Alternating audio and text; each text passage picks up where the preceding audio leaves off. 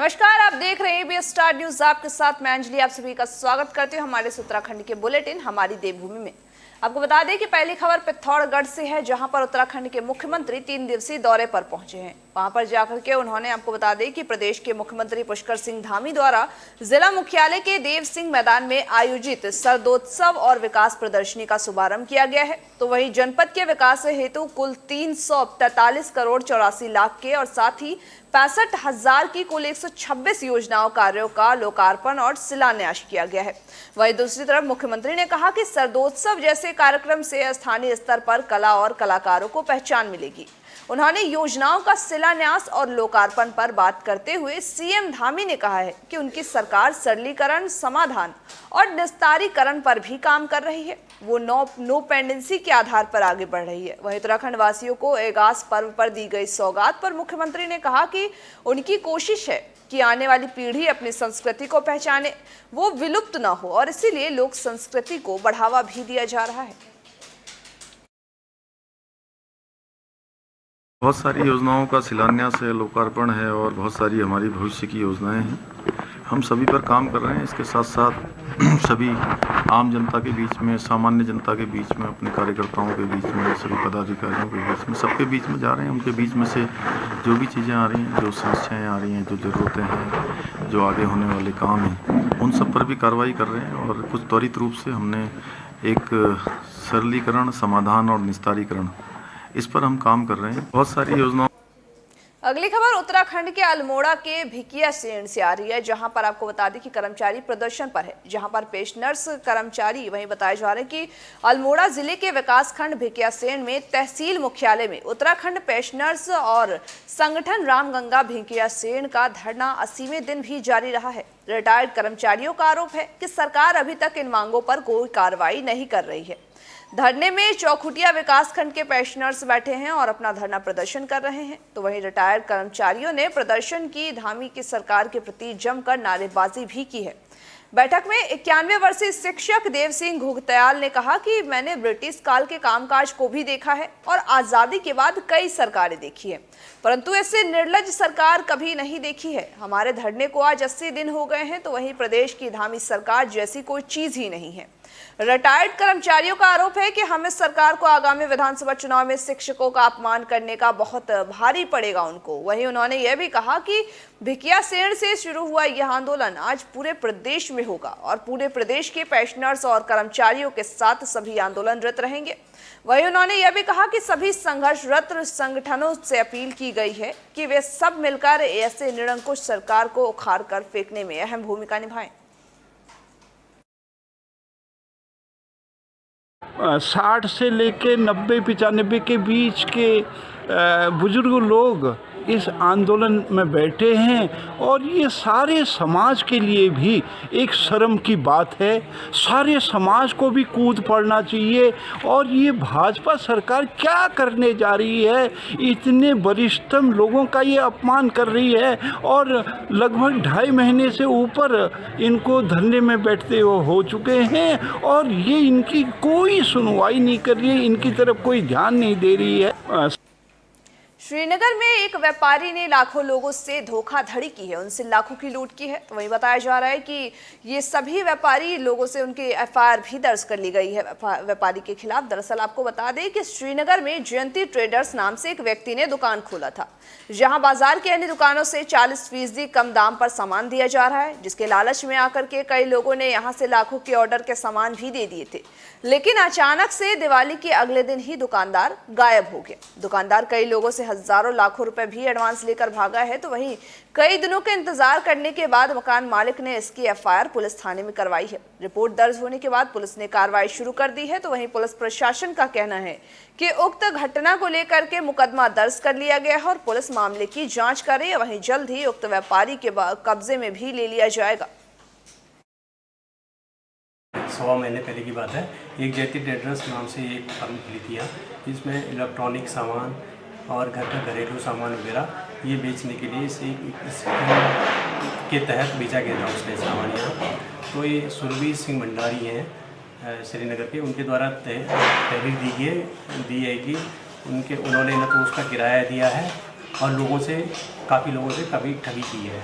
सवा महीने पहले की उत्तराखंड बात के है। पूर्व एक सीएम JT और ट्रेडर्स पूर्व नाम से- कैबिनेट मंत्री पहुंचे हैं। आपको बता दें कि जहां पर बद्रीनाथ के वो दौरे पर पहुंचे, तो वहीं साथ ही उन्होंने बद्रीनाथ के दौरे में उन्होंने बताया कि भगवान बद्रीनाथ विशाल की पूजन भी किया है और साथ ही उनको बहुत अच्छा लगा करके। तो वहीं पूर्व सीएम हरीश रावत और यशपाल आर्या की जुगलबंदी भी देखने को मिली।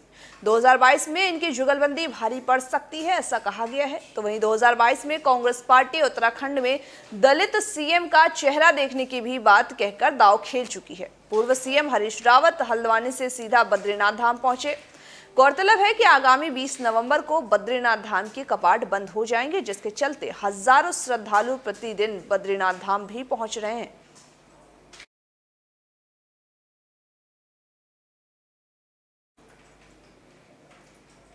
अगली खबर उत्तराखंड के डोईवाला से है, जहां पर आपको बता दें कि जागरूकता रैली निकाली गई है। इस जागरूकता रैली में मतदान के लिए लोगों को सूचित किया जा रहा है, वहीं साथ ही लोगों को जागरूक भी किया जा रहा है। डोईवाला में बाल विकास विभाग व बीएलओ के सौजन्य से मतदाता में जागरूक रैली निकाली गई है, जिसे डोईवाला तहसीलदार सुशील सैनी ने हरी झंडी दिखाकर के रवाना किया है। आगामी विधानसभा चुनाव को लेकर के नई वोटर लिस्ट बनाने का भी कार्य बड़े स्तर पर जारी है, जिसमें प्रशासन की पूरी टीम मुस्तैदी के साथ जुटी हुई है और जिला प्रशासन मतदाताओं को लगातार जागरूक करने का अभियान भी चला रही है, जिसके कारण डोईवाला में भी मतदाता जागरूकता रैली निकाली गई है, जिसकी शुरुआत डोईवाला से हुई है। वहीं डोईवाला तहसील से शुरू होकर के यह रैली चौक होते हुए हिमालयन चौक पर रैली का समापन किया गया, जिसके बाद डोईवाला एसडीएम सभी बीएलओ की बैठक भी लेंगे और छूटे हुए वोटर्स को लेकर चर्चा भी करेंगे। वहीं इस दौरान युवा कल्याण विभाग व पुलिस प्रशासन की भी रैली में पूर्ण रूप से सहयोग रहा।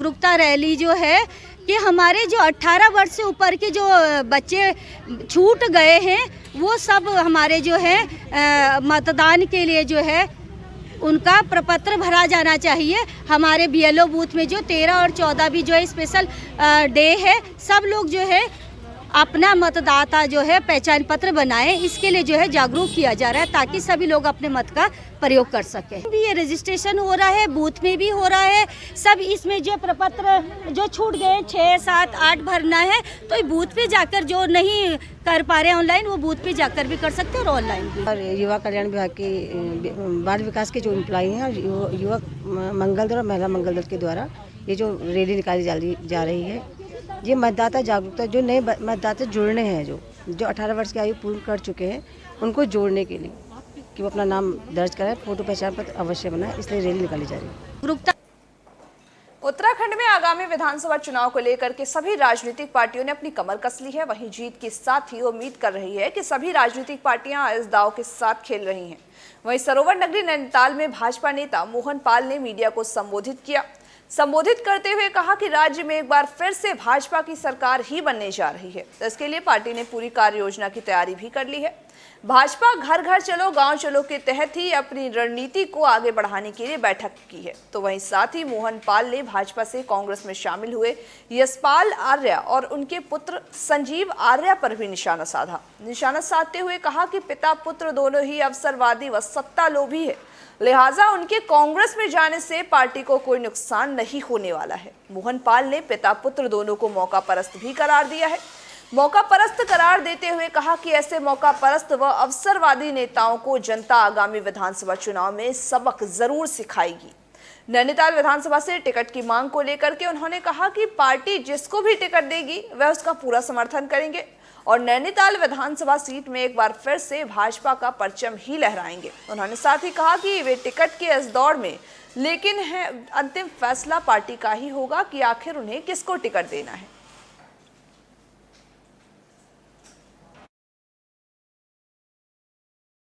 मेरे साथ 5 और दावेदारी कोई भी कर सकता है।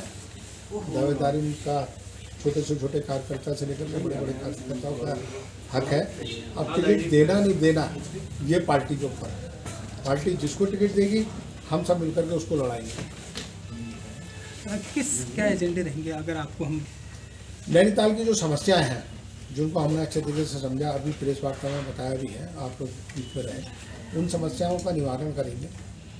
और साथ में अभी हमने ये भी बताया आप लोगों को कि यहाँ के चेयरमैन जो है नगर पालिका के वो कांग्रेस के हैं, उसके बावजूद भी हमारी पार्टी ने उनकी डिमांड 4.5 करोड़ की थी, हमने उनको 11 करोड़ रुपया दिया है। मेरे साथ कोरोना के आने के लगभग 2 सालों बाद इस बार जाके शादी समारोह में सार्वजनिक छूट दी गई है। आपको बता दें कि इससे पहले कोरोना के मानकों को ध्यान में रखते हुए शादी मनाने की छूट दी गई थी, तो वहीं इस बार पहली बार होगा जब सार्वजनिक छूट दी गई है।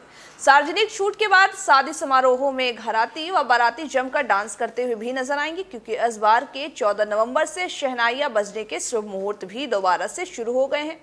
20 जुलाई को देवशयन एकादशी के बाद से चतुर्मास आरंभ होने वाला है, तो आरंभ होने के साथ ही अभी तक शादी विवाह पर रोक लगी हुई है।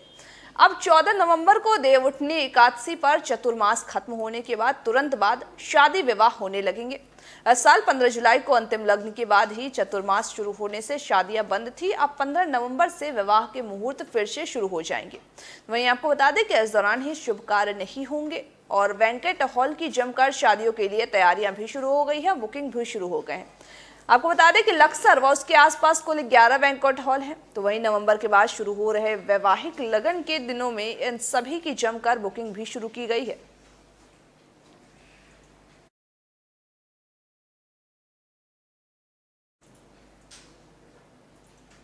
अगली खबर उत्तराखंड के चमोली से है, जहां पर रामलीला का शुभारंभ किया गया है। आपको बता दें कि रामलीला का शुभारंभ करते हुए वही व्यापार संघ के पूर्व पदाधिकारी रहे श्री BD तिवारी व विशिष्ट अतिथि मधुली तिवारी ने किया है। प्रथम दिवस की रामलीला का शुभारंभ लंकेश रावण, कुंभकर्ण और विभीषण द्वारा परमपिता ब्रह्मा की तपस्या के साथ किया गया। इस दौरान ही लंकेश रावण, कुंभकर्ण और विभीषण की तपस्या से खुश होकर के ब्रह्मदेव की ओर से लंकेश को जहां अमरता का वरदान मिला, तो वहीं कुंभकर्ण को 6 माह की नहीं बल्कि विभीषण को प्रभावती का आशीर्वाद दिया गया। जिसके बाद देव ऋषि नारद द्वारा लंकेश को शिव सहित कैलाश को लंका में लाने का सुझाव दिया गया, जिस पर लंकेश रावण की ओर से कैलाश को लंका लाने का प्रयास भी किया जा रहा है। और साथ ही लंकेश की इस हरकत से नाराज शिवधारा ने उसे श्राप दिया था। तो वहीं इस पूरे रामलीला के मौके पर संयुक्त रामलला मंच के अध्यक्ष अनूप पुरोहित, अंकोला महामंत्री आशीष चौहान, उपाध्यक्ष जगदीश पोखरियाल समेत तमाम लोग भी मौजूद रहे। कि आपने कहा कि ये संयुक्त रामलीला मंच है, इसका जो कंसेप्ट है संयुक्तता, यानी कि समाज का हर वर्ग इससे जुड़े और आपस में उस पीड़ा को समझ सके कि हमें किस प्रकार से अपनी धार्मिक और सांस्कृतिक विरासत को आगे बढ़ाना है, इसको अक्षुण्ण रखना है। आप देख रहे हैं कि आजकल की जो विद्यालय जाने वाली पीढ़ी या युवा पीढ़ी है, वो मोबाइल पर PUBG, फ्री फायर जैसे गेम्स में संलिप्त है, जिससे उनके जीवन को कुछ भी हासिल नहीं होने वाला है। यदि वो इस तरह की धार्मिक क्रियाओं में संलिप्त रहेंगे तो निश्चित रूप से उनका मानसिक चारित्रिक विकास होगा ही होगा, लेकिन समाज को एक अच्छा संदेश जाएगा और बेहतर समाज बनने में मदद करेगी। बस स्टैंड की ये रामलीला पूरे प्रदेश भर में अपनी ख्याति को प्राप्त कर चुकी है। इस रामलीला जो हमारी रामलीला है वो आज इस 5वें वर्ष में प्रवेश कर चुकी है। इस रामलीला को लेकर हमारा उद्देश्य सर्वप्रथम यही था कि युवा पीढ़ियों को कैसे अपने संस्कारों से जोड़ा जाए। तो इसके लिए हम लोग नित्य अपनी रामलीला में नए नए आधुनिक उपकरणों का प्रयोग करते रहते हैं और इस रामलीला के आयोजन में सभी तरह के वर्ग जो है संपूर्ण तरह का अपना योगदान हमें प्रदान करते हैं। कि आपने कहा कि उत्तरकाशी कांग्रेस पार्टी ने 2022 चुनाव के मद्देनजर रखते हुए चुनावी बिगुल फूंक दिया है और साथ ही इस पूरे तैयारी में है कि उत्तरकाशी में 2022 में उन्हीं का ही परचम लहराए।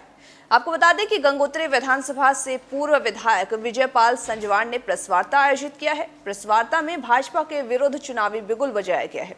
भाजपा में शामिल होने की बात को लेकर के विजयपाल संजवान ने एक सिरे से नकार दिया। उन्होंने भाजपा पर आरोप लगाते हुए कहा है कि भाजपा के पास गंगोत्री विधानसभा से 9 से 10 प्रत्याशी हैं, उनको चुनाव में भेजे भाजपा। हमीरपुर हिमाचल प्रदेश कांग्रेस के पूर्व सांसद सुरेश चंदेल भी उत्तरकाशी जनपद ही पहुंचे थे, जिसमें उन्होंने कांग्रेस पार्टी को आगे बढ़ाने की भी बात कही है और वो पार्टी विस्तार के लिए उत्तराखंड का दौरा भी कर रहे हैं। वहीं पूर्व सांसद सुरेश चंदेल, पूर्व विधायक विजयपाल संजवान ने कांग्रेस पार्टी को अपनी मां बताया है। अपनी मां बताते हुए कहा कि जिस पार्टी के कारण 2 बार विधायक रह चुके हैं, वह साथ ही जनता का प्यार इसी पार्टी के कारण उनको मिला है।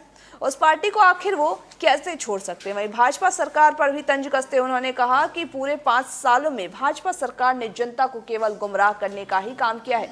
वहीं ये उम्मीद करता हूं कि 2022 में कांग्रेस की ही सरकार एक बार फिर से आएगी।